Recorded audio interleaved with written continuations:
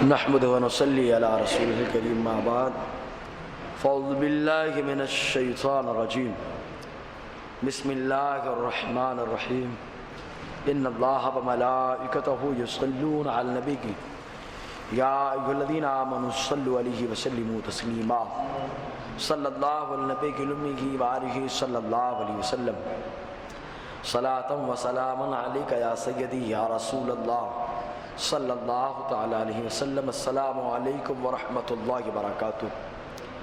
درود پاک پڑھیں صلی اللہ علیہ نبی المی وآلہ صلی اللہ علیہ وسلم۔ صلاۃ و سلاما علیک یا سیدی یا رسول اللہ صلی اللہ تعالی علیہ وسلم۔ سلسلہ سیرت صحابہ رضی اللہ تعالی عنہم اجمعین کا چل رہا ہے۔ بیشتر کئی صحابہ کرام کی سیرت طیبہ مختصر انداز میں پیش کی گئی۔ آج کی تاریخ تو حضرت علی سے منسوب ہے، لیکن حضرت علی کی بارہا سیرت طیبہ بیان ہوتی رہتی ہے۔ انشاءاللہ پھر موقع رہے گا تو روشنی ڈالی جائے گی۔ ابھی اپنے سامنے جو صحابہ کرام ہیں، حضرت معاذ بن جبل رضی اللہ تعالیٰ عنہ جو زبردست مجتہد صحابی ہیں، جن کو آقا علیہ السلام نے یمن کا قاضی بنا کر بھیجا تھا۔ چنانچہ ابو داؤد شریف کی حدیث پاک حضور صلی اللہ علیہ وسلم نے ان کو یمن کا قاضی اور فیصل اور جج بنا کر بھیجا، تو بھیجنے سے پہلے حضور نے ارشاد فرمایا تھا بما تقضی یا معاذ، اے معاذ تمہارا فیصلہ کس چیز کے ذریعے سے ہوگا، تم کیسے کس قانون کے مطابق جو ہے فیصلہ کرو گے؟ انہوں نے عرض کیا اللہ کے نبی صلی اللہ علیہ وسلم کتاب اللہ سے فیصلہ کروں گا۔ حضور نے فرمایا اگر تم اس میں نہ پائے تو؟ انہوں نے کہا آپ کی سنت میں تلاش کروں گا۔ حضور نے فرمایا اگر تم نے اس میں نہ پایا تب کیا کرو گے؟ انہوں نے کہا اجتہد برائی ولا آلو، اے اللہ کے نبی صلی اللہ علیہ وسلم میں اپنی رائے سے مسئلہ نکالوں گا، ذرا بھی کوتاہی نہیں برتوں گا۔ حضور نے سینے پہ ایک ہاتھ پیار سے مارا اور کہا الحمدللہ الذی وفق رسول رسولہ بما یرضی رسولہ۔ آقا فرماتے تمام تعریف اس اللہ کے لیے ہے جس نے اپنے رسول کے قاصد کو ایسی چیز کی توفیق دی جس سے اس کے رسول کو خوشی ہوتی ہے۔ تو حضور صلی اللہ علیہ وسلم نے حضرت معاذ بن جبل کو یمن کا قاضی بنا کر بھیجا، اور یمن کی کیا شان! حضور نے فرمایا ایمان بری ہے، ایمان یمنی ہے، حکمت یمنی ہے، آقا علیہ السلام نے فرمایا تھا۔ تو اسی یمن کا قاضی بنا کر ان کو بھیجا تھا۔ معاذ بن جبل قبیلہ بنو خزرج سے ان کا تعلق ہے۔ ان کے والد جبل ابن عمر ابن اوس ابن عائس ابن عدی ابن کعب ابن عمر ابن ادی ابن سعد ابن علی ابن اسد ابن ساردہ ابن تزید ابن جشم ابن خزرج، جو قبیلہ بنو خزرج کے بانی ہیں، انہی کی اولاد میں حضرت معاذ بن جبل رضی اللہ تعالیٰ عنہ۔ چنانچہ ان کی کنیت ابو عبد الرحمن ہے، اور حضرت مصعب بن عمیر رضی اللہ تعالیٰ عنہ کو حضور صلی اللہ علیہ وسلم نے جب مدینہ طیبہ کا سب سے پہلا مبلغ بنا کر بھیجا تھا، تو ان کی تبلیغ کا نتیجہ یہ ہوا کہ ایک سال میں تقریباً 12 مرد اور 6 عورتیں ایمان لائیں، اور پھر ایک سال جب محنت کی تو اللہ تعالیٰ نے دوسرے سال 70 لوگوں کو ایمان کی دولت سے نوازا تھا۔ تو جو دوسرے سال ایمان لائے تو ایک گھاٹی پہ حضور صلی اللہ علیہ وسلم نے ان 70 لوگوں سے بیعت لی تھی، تو ان 70 لوگوں میں حضرت معاذ بن جبل رضی اللہ تعالیٰ عنہ بھی تھے، یہ بھی انہی میں سے۔ غزوہ بدر میں حاضر رہے، احد میں حاضر رہے، بلکہ تمام غزوات میں حضور صلی اللہ علیہ وسلم کے ساتھ حاضر رہے۔ اور جب مدینہ طیبہ میں حضور صلی اللہ علیہ وسلم نے بھائی چارے کا رشتہ قائم فرمایا تھا، تو حضرت معاذ بن جبل اور افقہ صحابہ حضرت عبداللہ بن مسعود دونوں کو بھائی بھائی گردانا تھا، کہ معاذ بن جبل عبداللہ بن مسعود کے بھائی ہیں، عبداللہ بن مسعود معاذ بن جبل کے بھائی۔ جب ایمان لائے تو اس وقت آپ کی عمر شریف 18 سال تھی، 18 سال میں آپ ایمان لائے۔ حضور صلی اللہ علیہ وسلم نے ایک موقع پہ فرمایا تھا، ان کے علم کا اندازہ لگائیں کہ آقا علیہ السلام فرماتے ہیں کہ خذ القرآن من 4، 4 لوگوں سے قرآن کی تعلیم حاصل کرو، کیونکہ وہ قرآن کے بڑے ماہر ہیں۔ نمبر 1 عبداللہ ابن مسعود سے حاصل کرو، ابی ابن کعب سے حاصل کرو، اور معاذ ابن جبل سے حاصل کرو، اور حضرت سالم سے علم حاصل کرو قرآن کا۔ تو ان 4 کو آقا علیہ السلام نے قرآن کا امام بتایا تھا۔ اب غور کرنے کی بات ہے، جب تعلیم قرآن کی بات آئی تو اس فن کے لیے آقا علیہ السلام نے ان 4 صحابی کو خاص فرما دیا، بتا دیا اس فن کے امام یہ ہیں۔ تو ایسے ہی حنفیوں اور سنیوں کا بھی طریقہ ہے، فقہ کے امام امام اعظم کو تسلیم کرتے ہیں۔ آقا علیہ السلام نے ان کو قرآن کی تعلیم کا امام بتایا اور ارشاد فرمایا اگر قرآن کا علم حاصل کرنا ہے تو ان 4 لوگوں سے حاصل کرو۔ اور ایک موقع پر حضور صلی اللہ علیہ وسلم نے ارشاد فرمایا، جس کے راوی حضرت انس بن مالک رضی اللہ تعالیٰ عنہ، حضور صلی اللہ علیہ وسلم فرماتے ہیں ارحم امتی بے امتی ابو بکر۔ آقا نے فرمایا میری امت میں جو سب سے زیادہ رحم کرتا ہے وہ ابو بکر ہے، میری امت میں سب سے زیادہ مہربان ابو بکر ہیں۔ ایسے ہی حضرت عمر کے بارے میں فرمایا، حضرت عثمان غنی کے بارے میں فرمایا، کئی صحابہ کے بارے میں فرمایا۔ آخر میں آقا علیہ السلام نے فرمایا اعلمہم بالحلال والحرام معاذ بن جبل، اور حلال اور حرام کا علم سب سے زیادہ اللہ نے کسی کو عطا فرمایا تو وہ معاذ بن جبل ہے۔ یہ شان ہے حضرت معاذ بن جبل رضی اللہ تعالیٰ عنہ کی۔ پھر بھی حضرت معاذ بن جبل رضی اللہ تعالیٰ عنہ، انہی کی زوجہ کا معاملہ ہے، فاطمہ بنت قیس، انہیں نے اپنی بیوی کو ایک مجلس میں 3 طلاق دی۔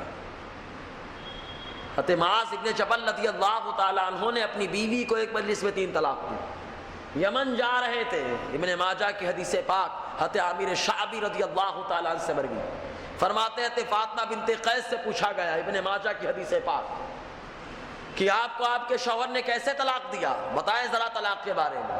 تو حضرت فاطمہ بنت قیس نے کہا میرے شوہر یمن جا رہے تھے، حضور نے یمن کا قاضی بنا کر بھیجا تھا، یمن جا رہے تھے، گھر سے نکل رہے تھے، وہیں پہ کھڑے ہو کر انہوں نے 3 طلاق دی۔ میں آقا کی بارگاہ میں گئی، حضور صلی اللہ علیہ وسلم نے تینوں طلاق کو نافذ کر دیا تھا۔ معلوم یہ ہوا کہ 3 طلاق اگر کوئی ایک مجلس میں دیتا ہے، اگر تو دینا گناہ ہے لیکن بلا شبہ تینوں طلاق نافذ ہو جاتی ہے۔ حضرت معاذ بن جبل کے علم کو دیکھیں اور 3 طلاق کے مسئلے کو دیکھیں، حلال اور حرام کا سب سے زیادہ علم ان کو ہے۔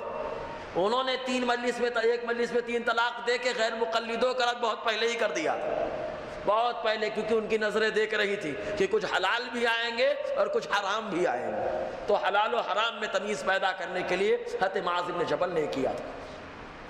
پھر بھی اتنی شان اللہ نے عطا فرمائی، اتنا مقام عطا فرمایا، رات میں جب تہجد کی نماز پڑھتے، اب تو ان لوگوں نے تراویح کو تہجد بنا کے رکھ دیا، تراویح کو تہجد اور تہجد کو تراویح سے کہنا چاہیے کہ رمضان سے ہٹ کے بھی تراویح پڑھا کرو، اس لیے کہ تہجد کی نماز سال بھر ہوتی ہے، خالی رمضان میں کیوں پڑھتے ہو؟ اور دنوں میں بھی اس کا اہتمام کرو، کیونکہ تہجد کی نماز تو ہمیشہ ہوتی ہے۔ تو یہ تہجد کی نماز پڑھا کرتے تھے، تو رات میں پڑھتے نماز تو رب کی بارگاہ میں عرض کرتے مولا آنکھیں سو گئیں، ستارے ڈوب گئے، لیکن اے مولا تو تو حی ہے قیوم ہے، مولا تو تو حی ہے، تو تو قیوم ہے، مولا ہم لوگوں کے اندر جنت کی طلب بہت کمزور ہے، بہت سست ہے، مولا جہنم سے صحیح سے بھاگ بھی نہیں پاتے، کمزور ہیں۔ اس انداز میں عرض کرتے اور کہتے مولا میرے لیے اپنے پاس ایک ایسی ہدایت کر دے جو قیامت میں تو مجھے عطا فرمائے، یعنی ایسا وعدہ کر دے میرے لیے جو قیامت میں عطا کرے، کیونکہ تو یقیناً جو وعدہ کرتا ہے تو وعدے کے خلاف نہیں فرماتا ہے۔ اتنے بڑے پائے کے ہونے کے باوجود رب کی بارگاہ میں مولا ایک وعدہ دنیا میں دے دے۔ معلوم یہ ہوا صحابہ کا عقیدہ یہ ہے کہ اللہ تعالیٰ دنیا میں وعدہ دیتا ہے تو سچا وعدہ دیتا ہے، انک لا تخلف المیعاد۔ حضرت عبداللہ ابن مسعود رضی اللہ تعالیٰ عنہ فرماتے ہیں یہ ایک بڑی علمی گفتگو ہے، امت کہنا، کسی ایک آدمی کو امت کہا جا سکتا ہے یا نہیں؟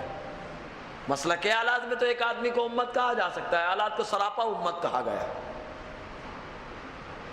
تو حضرت عبداللہ ابن مسعود رضی اللہ تعالیٰ عنہ نے حضرت معاذ ابن جبل کو ایک امت کہا ہے، امت، اکیلے دم وہ ایک امت ہے۔ انہوں نے ارشاد فرمایا معاذ ابن جبل جو میرے مواخاتی بھائی ہیں وہ ایک امت ہیں، اللہ کے لیے سر جھکانے والے ہیں، الگ تھلگ رہنے والے ہیں، کب وہ مشرکوں میں سے نہ ہوئے، تو حضرت عبداللہ ابن مسعود کی بارگاہ میں راوی حدیث نے عرض کیا آپ ان کو ایک امت کہہ رہے ہیں؟ ارے ایک امت تو خالی ابراہیم ہے، امت سمجھ رہے نا، پوری امت، پوری جماعت، ایک آدمی جماعت کیسے، ایک آدمی جماعت کے برابر کیسے ہو جائے گا؟ اگر کوئی ہے تو خالی ابراہیم ہے، کیونکہ اللہ تعالیٰ نے حضرت ابراہیم کے بارے میں فرمایا ان ابراہیم کان امۃ قانتا للہ، کہ ابراہیم ایک امت ہے جو اللہ تعالیٰ کے سامنے سر جھکانے والے۔ تو ایک امت تو خالی وہ ہیں، آپ معاذ ابن جبل کو کہتے ہیں۔ تو پھر حضرت عبداللہ ابن مسعود نے کہا میرے بھائی مواخاتی، ایک امت ہے اللہ کے سامنے سر جھکانے والے۔ پھر انہوں نے کہا یہ کیسے ایک امت ہو جائیں؟ تو کہا امت کا مطلب سمجھتے ہو، قانت کا مطلب سمجھتے ہو؟ کہا کہ اللہ اس کے رسول بہتر جانتے ہیں۔ فرمایا الامت الذی یعلم الخیر ویؤتم بہ، ارے امت اسے کہا جائے جو دوسروں کو بھلائی کی تعلیم دے اور لوگ اس کی پیروی کریں، بھلائی کی تعلیم دے اور لوگ اس کی پیروی کریں۔ اور قانت اس کو کہا جاتا ہے جو اللہ کا فرما بردار ہو اور میرا معاذ معلما للخیر، بھلائی کی تعلیم دینے والا ہے اور اللہ کی فرما برداری کرنے والا ہے۔ جو بھلائی کی تعلیم دے وہ امت ہے۔ حضرت عبداللہ ابن مسعود نے عقیدہ دیا، ذہن دیا، جو بھلائی کی تعلیم دے اور اس کی بات مانی جائے وہ امت ہوتا ہے۔ 14ویں صدی میں بریلی کا تاجدار بھی ایسا رہا جو بھلائی کی تعلیم دیتا رہا اور لوگ ان کو اپنا مقتدر پیشوا مانتے رہے۔ تو امت ہو گئے، ایک امت، امت قانت۔ حضرت حسن بصری رضی اللہ تعالیٰ جب حضرت معاذ ابن جبل رضی اللہ تعالیٰ عنہ کی موت کا وقت قریب آیا تو خوب زار و قطار وہ روتے تھے۔ حضرت معاذ ابن جبل خوب زار و قطار روتے تھے۔ تو حضرت حسن بصری کہتے اتبکی وانت صحابی صاحب رسول اللہ صلی اللہ علیہ وسلم وانت وانت وانت وانت، ارے آپ روتے ہو، آپ تو صحابی رسول ہو، آپ کا یہ مقام، آپ کا یہ مقام۔ کہاں میں رو رہا ہوں، ما ابکی جزعا من الموت، موت کی گھبراہٹ سے نہیں رو رہا ہوں، موت کی گھبراہٹ سے نہیں رو رہا ہوں، ان اللہ بھی جب چاہے تب موت آ جائے، موت سے میں نہیں گھبرا رہا ہوں کہ اس کی وجہ سے رو رہا ہوں، اور نہ دنیا کی وجہ سے رو رہا ہوں کہ دنیا چھوٹ رہی ہے۔ تو کیوں رو رہے ہیں؟ تو کہتے ہیں انما ہی القبضتان فلا ادری من ای القبضتین انا، کہا یہ دو پکڑنے والے ہیں، مطلب عذاب کے اور رحمت کے، معلوم نہیں مجھے کون سا پکڑنے والا لے گا۔ اللہ اکبر۔ ادری کا لفظ ہے، معلوم یہ دماغ سے جاننا، فرمایا میں درایت نہیں رکھتا کہ مجھے کون پکڑنے والا آئے گا، یعنی خوف خدا اتنا زیادہ کہ موت کے وقت بھی خوف خدا کی وجہ سے رو رہا ہے۔ اور جو اللہ کے خوف سے روئے، جو آنسو بہائے، وَلِمَنْ خَافَ مَقَامَ رَبِّهِ جَنَّتَانِ، جو اللہ کی بارگاہ میں کھڑے ہونے سے روتا ہے، ڈرتا ہے، اللہ تعالیٰ اس کو ڈبل جنت عطا فرماتا ہے۔ تو جب ڈبل جنت کی طلب ہے تبھی تو رو رہے ہیں زار و قطار۔ چنانچہ جب 18 ہجری کا زمانہ آیا تو طاعون کے عذاب آیا تھا ایک علاقے میں، اس علاقے کا نام تھا امواس، یمن کا ایک علاقہ ہے امواس، اسی امواس علاقے میں آپ پردہ فرما گئے۔ اس وقت آپ کی عمر جو ہے تقریباً 88 سال تھی۔ بہرحال انشاءاللہ آگے گفتگو ہوتی رہے گی۔ اللہ تعالی ہم سب کو صحابہ کرام کے فیوز و برکات اور ان کے نقوش قدم پہ چلنے کی توفیق عطا فرمائے، قرآن اور رمضان دونوں کی شفاعت سے مالا مال فرمائے، دونوں کے صدقے ہماری گھروں ہماری قبروں میں نور اور برکتیں عطا فرمائے، ہم سے ایسا کام لے جس سے وہ اور اس کے حبیب صلی اللہ علیہ وسلم راضی ہو جائیں۔ وصلی اللہ تعالی علی خیر خلقی و اصحابہ اجمعین برحمتک۔